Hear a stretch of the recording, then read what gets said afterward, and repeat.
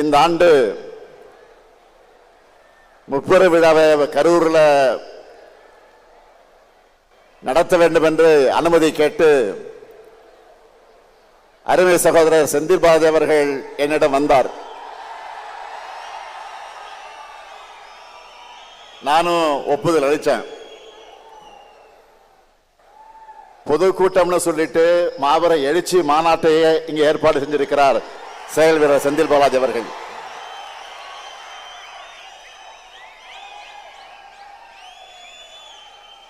நாம கோடு போட சொன்னா ரோடு போடுவாரு. நீங்களாம் பார்த்திருப்பீங்க.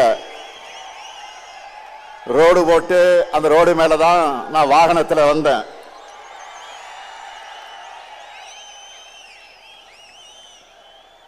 மேற்கு மண்டலத்தில் எதிரிகளுக்கெல்லாம் ஒரு சிம்ம சொப்பனமாக இருக்கக்கூடியவர் தான் நம்முடைய செந்தில் பாலாஜி அவர்கள்.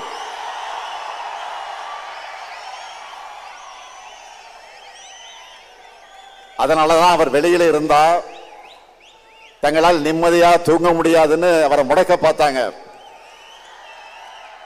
ஆனா அவரை முடக்க முடியுமா? எடுத்த பணியை வெற்றிகரமா முடிச்சு காட்டுவார். நான் உறுதியா சொல்றேன், கழக வரலாற்றிலே இப்படி ஒரு பிரம்மாண்டமான முப்பெரு விழா நடந்திருக்காது.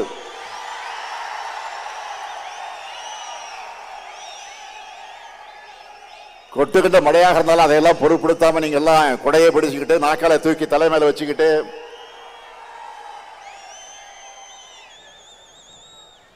இந்த நிகழ்ச்சியை நடத்திக்கிட்டு இருக்கீங்களே, அது ஒன்றே சாட்சி. இந்த நிகழ்ச்சி சிறப்பாக இருக்க வேண்டும் என்று உழைச்சிருக்கக்கூடிய அருமை சகோதரர் செந்தில் பாலாஜி அவர்களுக்கும் அவருக்கு துணை நிற்கக்கூடிய கரூர் மாவட்ட கழக நிர்வாகிகள் அனைவருக்கும் என்னுடைய பாராட்டுக்கள், வாழ்த்துக்கள்.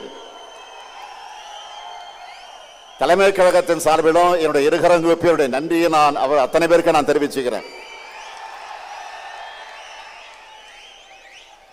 14 வயசுல கருப்பு சிவப்பு கொடி பிடிச்சு கழகம் கழகம்னு உழைக்க தொடங்கின என்ன இந்த இயக்கத்துடைய தலைமை பொறுப்புக்கு கொண்டு வந்திருக்கக்கூடியவர்கள் நீங்க. ஓயாமல் உழைக்கிற உதயசூரியன்களான உங்களை ஒவ்வொரு முறை சந்திக்கும் போது எனக்கு ஒரு புது எனர்ஜி வந்துடும்.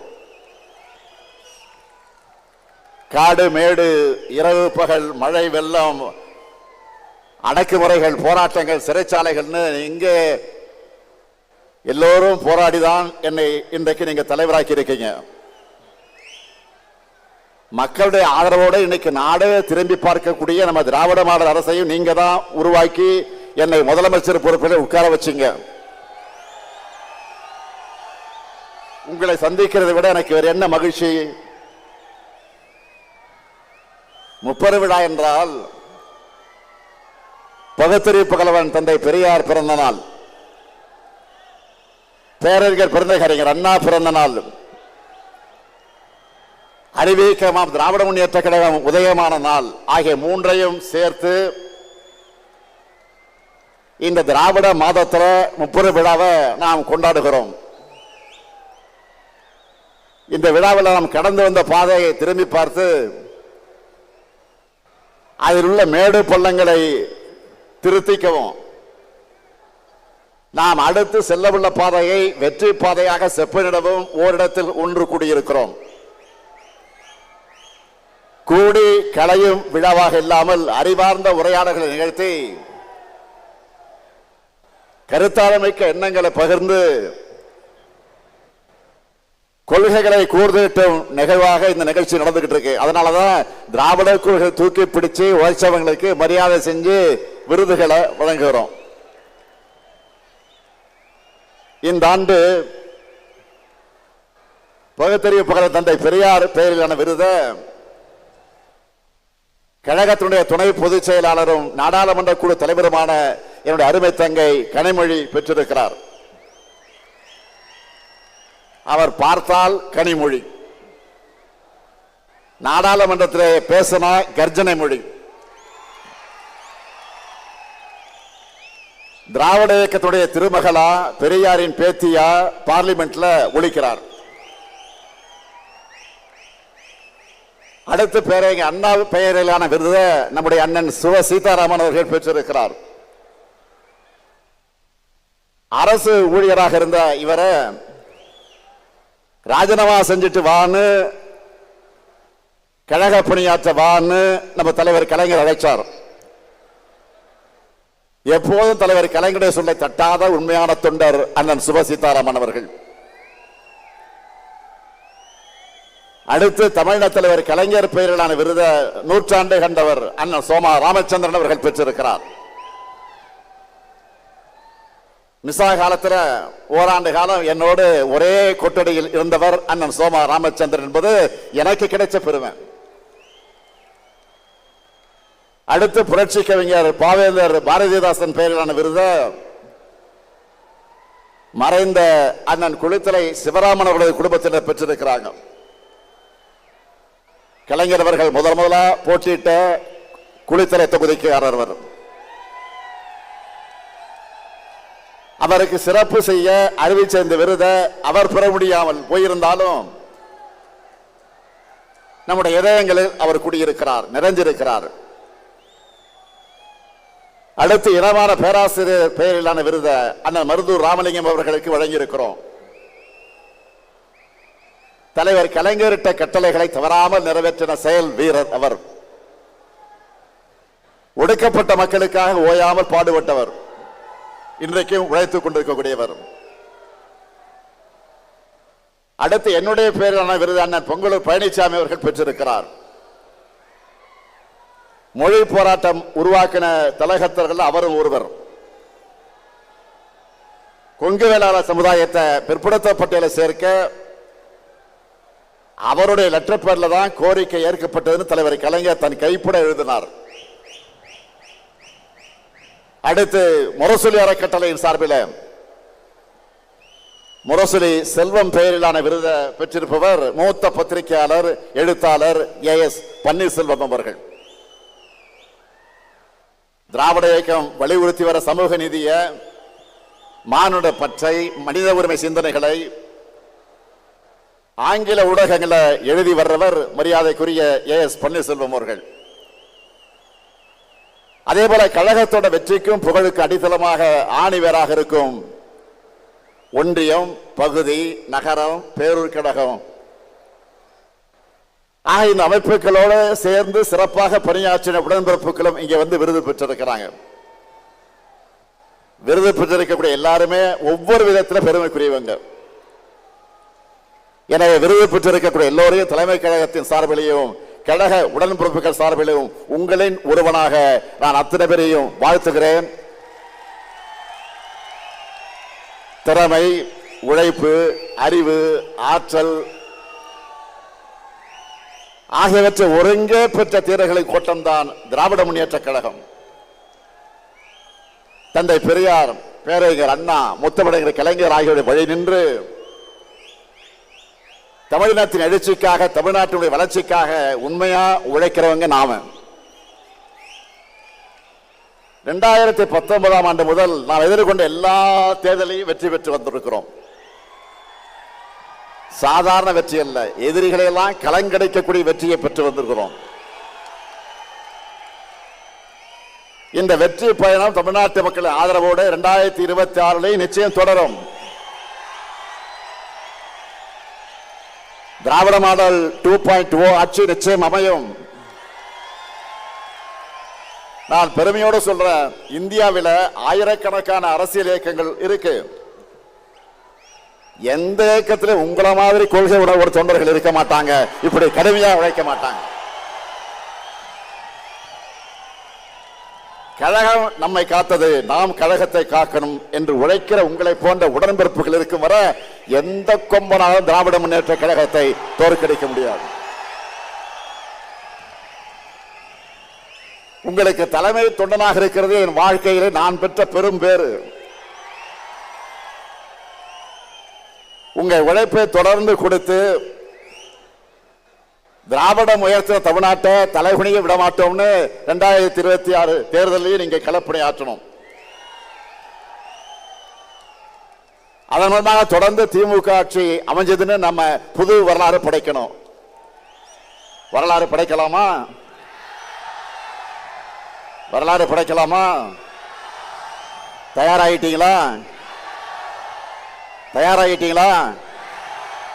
அதுக்காகத்தான் ஓரணியில் தமிழ்நாடுன்னு ஒரு பரப்புரையை முன்னெடுத்து தமிழ்நாடு முழுக்க எல்லா கிராமங்களுக்கும் சென்று எல்லா வீடுகளுக்கும் சென்று 1 கோடிக்கும் அதிகமான குடும்பங்களை நம்ம இயக்கத்தில் ஒன்றிணைச்சிருக்கிறோம். 1 கோடி குடும்பங்கள் நம்ம நம்பி இணைந்திருக்காங்க என்றால் அந்த நம்பிக்கைக்கு என்ன காரணம்? தமிழ்நாட்டை காக்கும் காவல் அரண் திராவிட முன்னேற்ற கழகம் மட்டும்தான். அதுக்கு துணையாக இருப்போம்னு அவங்களுக்கும் இன்றைக்கு ஒருங்கிணைந்திருக்கிறாங்க. தமிழ்நாட்டுடைய வளர்ச்சிக்கு இடையூறு செய்கிறது எந்த கொள்கைன்னு மக்களுக்கு நல்லா தெரியும். அது காவி கொள்கை. 2000 ஆண்டுகளா அந்த கொள்கைக்கு எதிராக திராவிடம் இந்த இயக்கம் போராடிக்கிட்டு இருக்கு.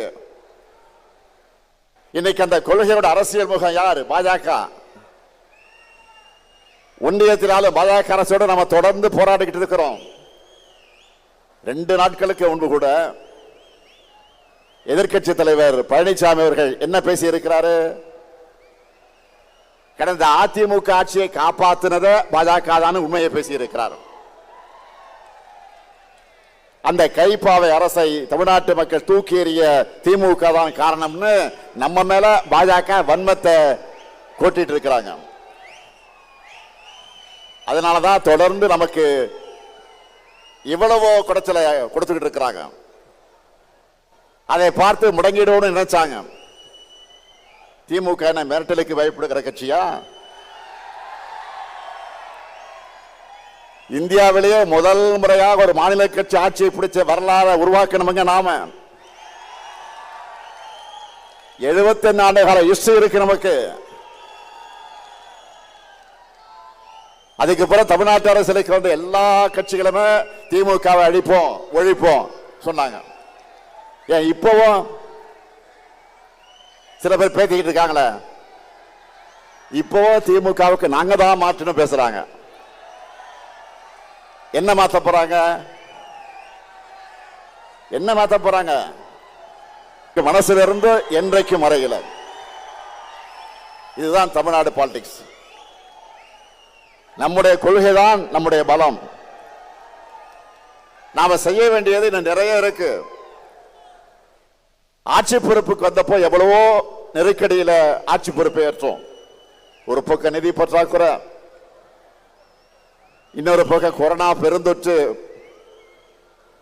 இதெல்லாம் தாண்டி 4.5 ஆண்டுகள்ல இந்தியாவில் எந்த மாநில அரசும் செய்யாத அளவுக்கு ஏராளமான திட்டங்களை செயல்படுத்தி தமிழ்நாட்டை நோக்கி முதலீடுகளை ஈர்த்து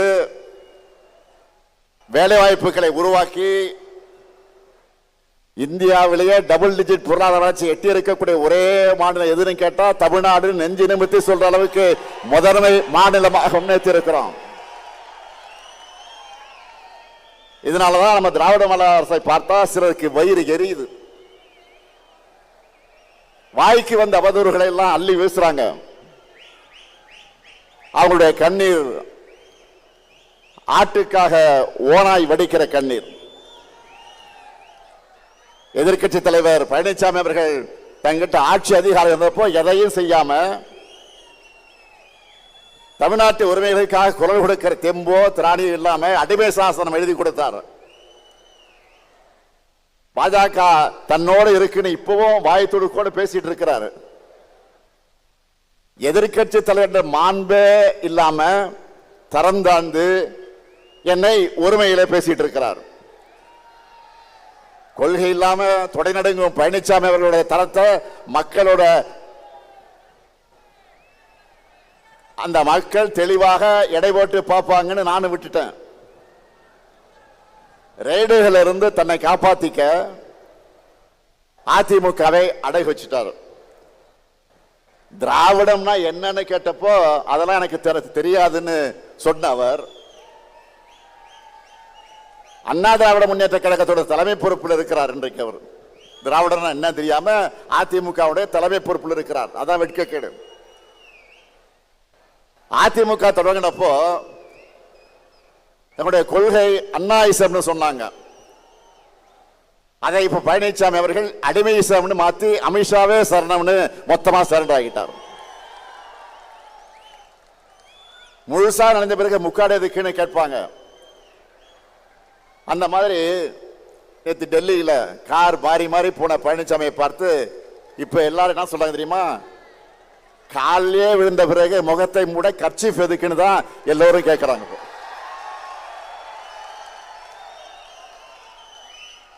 இதுல அவருடைய திறந்தாழ்ந்த பேச்சுக்கெல்லாம் நான் பதில் சொல்லணுமா? தேவையில்லைதான். ஆனா மக்களாட்சியில மக்களுக்கு மதிப்பளிச்சு பதிலளிக்க வேண்டிய பொறுப்பு கடமையும் நமக்கு இருக்கு.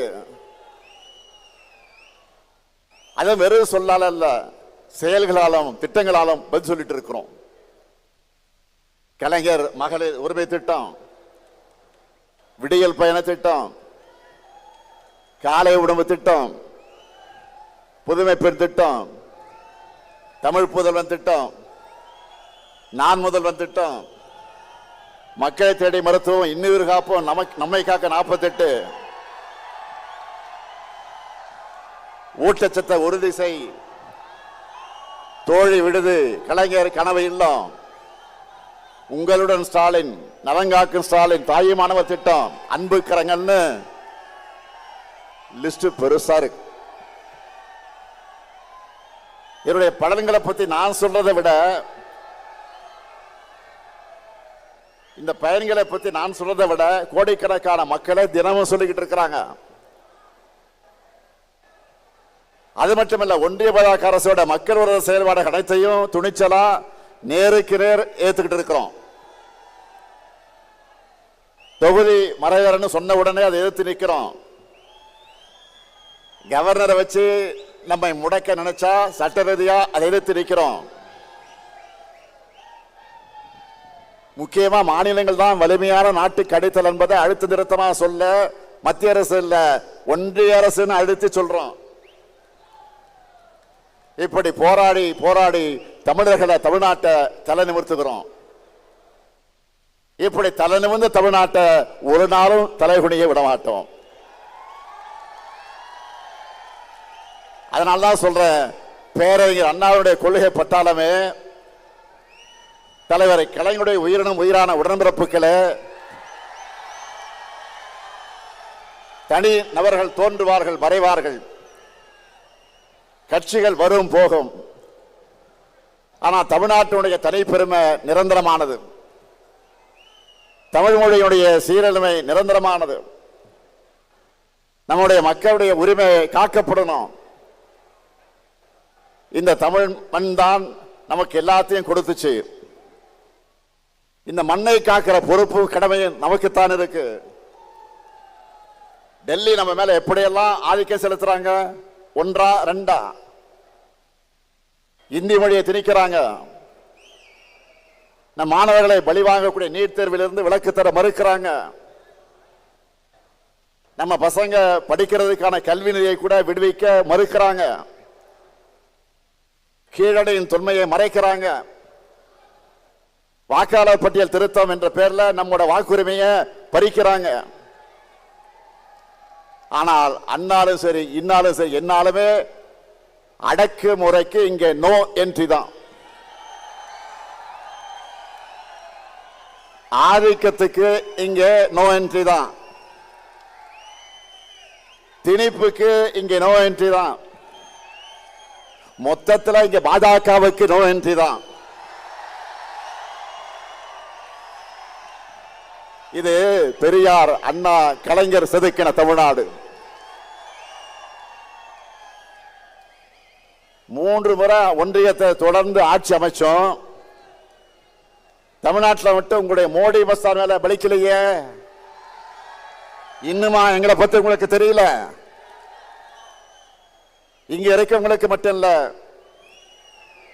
இந்த 30 விழாவை டிவியில சோசியல் மீடியால பார்த்துக்கிட்டு இருக்கக்கூடிய ஒவ்வொருத்தருக்கும், குறிப்பா இளைஞர்களுக்கு சொல்றேன், தலைமுறை தலைமுறையா நாம போராடி எத்தனையோ பேர் உயிர் தியாகம் செஞ்சு பெற்று தந்த உரிமைகள் எல்லாம் நம் முன்னாடியே பறிபோக அனுமதிக்கலாமா? பாஜகவை போய் நாம தடுத்து நிறுத்தலனா அடுத்த மாநிலங்களே இருக்கக்கூடாது என்பதை நோக்கித்தான் நகருவாங்க. ஏற்கனவே காஷ்மீர் அதுல ட்ரையலை பார்த்துட்டாங்க. எப்படி இந்தி மட்டுமே ஆட்சி மொழின்னு ஒரு நிலை உருவானப்போ தமிழ்நாடு போராடி மொழி போர் நடத்தி ஒட்டுமொத்த இந்தியாவை காப்பாத்திச்சோ, அதே மாதிரி இப்போ ஒரு உரிமை போரை நடத்தி நாட்டை காப்பாற்ற வேண்டிய வரலாற்று கடமை நமக்கு இருக்கு. நாம் இதை செய்யலன்னா நம்ம குழந்தைகளுடைய எதிர்காலம் என்ன ஆகும்?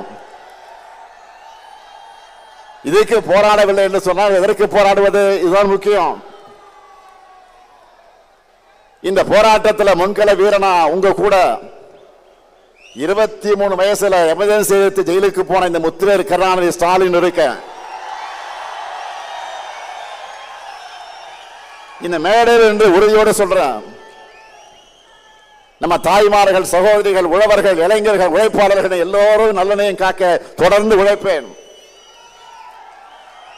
தமிழ்நாட்டுடைய ஒவ்வொரு குடும்பத்துக்கும் ஒவ்வொரு மாவட்டத்துக்கு தேவையானதை தொடர்ந்து பார்த்து செஞ்சு கொடுப்பேன். நமக்கு துணையா பெரியார், அண்ணா, கலைஞர் அவர்கள் விதத்தை உணர்வு நம்மிடத்தில் இருக்கு. 8 கோடி தமிழ் மக்களோட ஆற்றலும் ஆதரவும் நமக்கு பக்கபலமாக இருக்கு. இதே உறுதியோடு போராடுவோம். இப்ப நாம முன்னெடுக்கிற போராட்டம் ஒரு கட்சிக்கான போராட்டமோ, முதலமைச்சர் பொறுப்புக்கான போராட்டமோ, ஆட்சி அதிகாரத்திற்கான போராட்டமோ இல்லை. தமிழ்நாட்டு மக்களுக்கான போராட்டம், தமிழ்நாட்டுக்கான போராட்டம். இதுக்கு தமிழ்நாடு முழுக்க ஓரணையில் திரளணும். இந்த கரூர் மண்ணில் நின்று தந்தை பெரியார் பிறந்த நாளில் உறக்க சொல்வோம், தமிழ்நாட்டை தலைகுனிய விடமாட்டேன். டெல்லிக்கு கேட்கிற மாதிரி எல்லாரும் சேர்ந்து சொல்லணும், தமிழ்நாட்டை தலைகுனிய விடமாட்டேன், தமிழ்நாட்டை தலைகுனிய விடமாட்டேன், தமிழ்நாட்டை தலைகுனிய விடமாட்டேன். தமிழ்நாடு போராடும், தமிழ்நாடு வெல்லும், தமிழ்நாடு போராடும், தமிழ்நாடு வெல்லும். விடைபெறுவதற்கு முன்னாடி உங்கள் அத்தனை பேருக்கு ஒரு அன்பான வேண்டுகோள். பல்வேறு பகுதிகளிலிருந்து வந்திருக்கீங்க. உடன்பிறப்புக்கு எல்லோரும் ஊருக்கு திரும்புகிற நேரத்தில் பத்திரமாக நீங்கள் வீட்டுக்கு திரும்பணும். அதிக பயணங்கள் வேண்டாம், பத்திரமாக வீட்டுக்கு போங்க. நன்றி, நன்றி, வணக்கம்.